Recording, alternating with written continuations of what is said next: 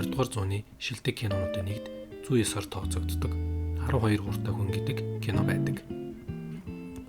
Киноны үйл явдал зөвхөн нэг өрөөнд өрнөх боловч маш үнэмшилтэй жүжиглэлт, бодит дүрүүд, тунган тааруулсан харилцан ярианууд гэх мэт олон зүйлүүд нь үзэгчдийг нэг ч хором суудлаас нь босгодоггүй билээ. Үйл явдал шүүх хурал явагдаж байгаагаар эхэлдэг. Дөнгөж 18 настай залуу төрсөн эцгээ хөнөөсөн хэрэгт сэжиглэгдэн баривчлагдсан байдаг. Түүний шүүх хурлын шийдвэрийг иргэдийн төлөөлөгч болох 12 хүн гаргах хэрэгтэй болов. Шүүгчийн зүгээс иргэдийн төлөөлөгчдөд хандан нэг зүйлийг шаарддаг.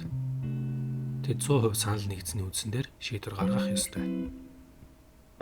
Хэлэлцэх өрөөнд орох үед хамгийн түрүүнд санал хураалт явуулна. Учир нь залууг буруутай гэж нотолсон хоёр ч гэрчийн этгээд байсан тул тэдэнд хэлэлцээд байх зүйл бараг байхгүй гэж бодож байдаг. Гэвч 11 иргэдийн төлөөлөгч сэжигтэн буруутай гэдэг дээр санал нэгдэх боловч нэг л хүн санал нэгддэггүй. Шалтгаан нь гэрчүүдийн мэдүүлэг болон нотлох баримтууд хангалтгүй гэж үзснийх байдаг. Ингээд тэд асуудлыг хэлэлцэж эхэлнэ. Гэвч хаанаас эхлэхээ мэддэггүй тул ямар тач нотлох баримтуудыг эргээд харах нь зөв юм байна гэж ярилцсан. Сонсоход энгийн бөгөөд хэдэрхэн үнэмшилтэй мэт боловч дэлгэрэнгүй задлаж үзэхэд нотлох баримтууд 100% үнэн байх боломжгүй гэдэг нь илэрдэг. Аажмаар иргэдийн төлөөлөгчд санал зөрөлдөн сэжигтэн буруугүй гэдэгт санал нэгдэж эхэлнэ. Киноны төгсгөлд тэдэнд 100% баталгаатай баримт нэг ч үлдээгүйг ойлгон залууг бүгд гин буруутай биш гэдэг дүгнэлт гаргадаг. Бидний өдөр тутмын амьдралд critical thinking буюу оновчтой шийдвэр гаргах хэрэгцээ зайлшгүй тулгардаг. Оновчтой шийдвэр гаргах нэг арга бол сэтгэлгээний төрөгдөлд унахгүй байх явдал билээ. Сэтгэлгээний төрөгдлийн маш олон хэлбэрүүд байдаг. Түүний нэг нь availability bias буюу энгийн жишээний төрөгдөл билээ. Ажил мэргэжлийн онцлогоос хамааран сэтгэлгээний төрөгдөлд орох хэр хэмжээ харилцан адилгүй байдаг. Харин хуульч хүн зөв шийдвэр гаргахын тулд сэтгэлгээний төрөгдөд орохгүй байх. Логикийн дагуу зөв гаргалгаа хийж сурах нь хуульч хүний гол чадваруудын нэг гэдэг. Чухам 12 ууртай хүн кинонд эдгээр 12 иргэдийн төлөөлөгчид сэтгэлгээний төрөгдөлд унсан эсхийг маш тод томруунаар харуулж өгдөг.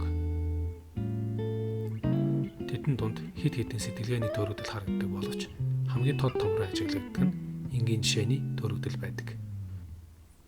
Чухам аль хэсэгт энгийн жишээний төрөгдөл ажиглагддаг гэдгийг ярихын өмнө гэрчүүд болон сэжигтний түүхийг сонирхцгоё. Шүүх хурал болон иргэдийн төлөөлөгчдийн дунд дараах 3 баримт сэжигтэн буруутай гэж нотлох хангалттай үндэслэл болж өгдөг. Нэгт сэжигтний дэлгүүрээс худалдаж авсан хутга. 2. Хажуу байрны эмэгтэй гэмт хэрэг болж байх процессыг өөрийн нүдээр харсан. 3. Доод айлын хүн хэрэг болсны дараа сэжигтэн шатаар гүйж зутаж байхыг харсан.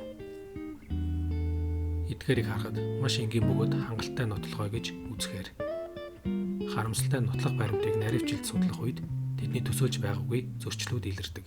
Сэжигтэн хутгыг хаа нэгтээ хайсан гэж хэлсэн байдаг. Гэтэл яг тэр хутгатай нийжил хутгаар гэмт хэрэг үлдэгдсэн байдаг. Хутгыг сэжигтэн зарсан дэлгүүрийн худалдагч ижил хутга байна гэдгийг мөн энэ хутга нь маш ховор идгэж мэдүүлсэн байдаг.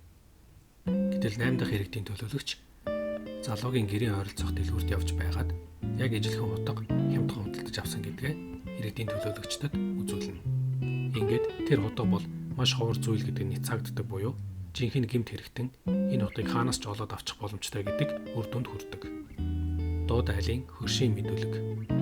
Түүний мэдүүлгийг сохроор үнэмших юм бол сэжигтэн цугтах газар байдаггүй. Доод айлын хөрш гэмт хэрэг үйлдэгснээс хойш дөнгөж 10 орчим секундын дараа шатны хажууд гүйж очоод юу болсныг хартал залуу шатаар урагдаж гүйж байсан гэж мэдүүлсэн. Гэтэл тэр хүн нас өндөр гарсан бөгөөд нэг хөл нөвчтэй байж. Түүний өрөөнөөс шат хүртлэх зайг нэг хөл нөвчтэй хүн хэр удаа алхахыг ойролцоогоор хэмжиж үзэхэд 40 секунд орчим зарцуулагддаг. Өөрөөр хэлбэл хэрэг болсны дараа хөгшин хүн шат руу гүйж очихоос өмнө залуу аль хэдийн зугтаж явсан байж таарна. Өвгөнч түүнийг амжиж харах ямар ч боломж олдохгүй. Хажуу байрны эмэгтэй мэдүүлэг. Тэр эмэгтэй шөнийн 12 цаг 10 минутын үед хэргийг нүдээр харсан гэж хэлсэн. Харамсалтай нөхцөл байдал тийм ч хялбар биш байсан. Тэр эмэгтэй орой 11 цаг үед унтахаар хэвтсэн. Нойр нь хүрэхгүй байсан тул цогоор юм ажиглаж хэвтэж байтал цаг аль хэдийн шөнийн 12 болсон. Тэр үед цонхоор с ิจ гтэн харсан гэж мэдээлэх боловч уг эмэгтэй нүдний шил зүүдэг хараа муутай нэгэн байж. Унтах гэж хэвтэх үед ямар ч хүн нүдний шилээ тайлдаг. Тийм болохоор нүдний шилээ тайлсан хүн хажуу байранд болж буй зүйлийг сайн олж харахгүй нь тодорхой. Ингээд эмэгтэй өгсөн мэдүүлэгч мөн 100% үнэн байх боломжгүй гэдэг дүгнэлтэнд хүрдэг. Шүүх хурлаар ашиглагдсан нотлох баримтууд үндэ юу ч нотлож чадахгүй нь тодорхой болно. Иргэдийн төлөөлөгчид ч энгийн зүйл дээр төрөгдөж байсан гэдгээ хүлээн зөвшөөрч бүгд нэгэн дуугаар с ิจ гтэн буруутгах ямар ч үндэслэл байхгүй гэдэг шийдвэр дээр санал нэгдэнэ. But we have a reasonable doubt.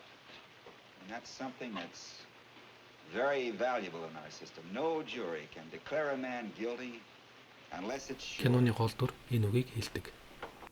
С ิจ гтэн эцгийг хөнөөсөн ч байж магад, үгүй ч байж магад. Тэр бол чухал биш. Хамгийн гол нь шүүх хурал үнэн зөв явагдах ёстой.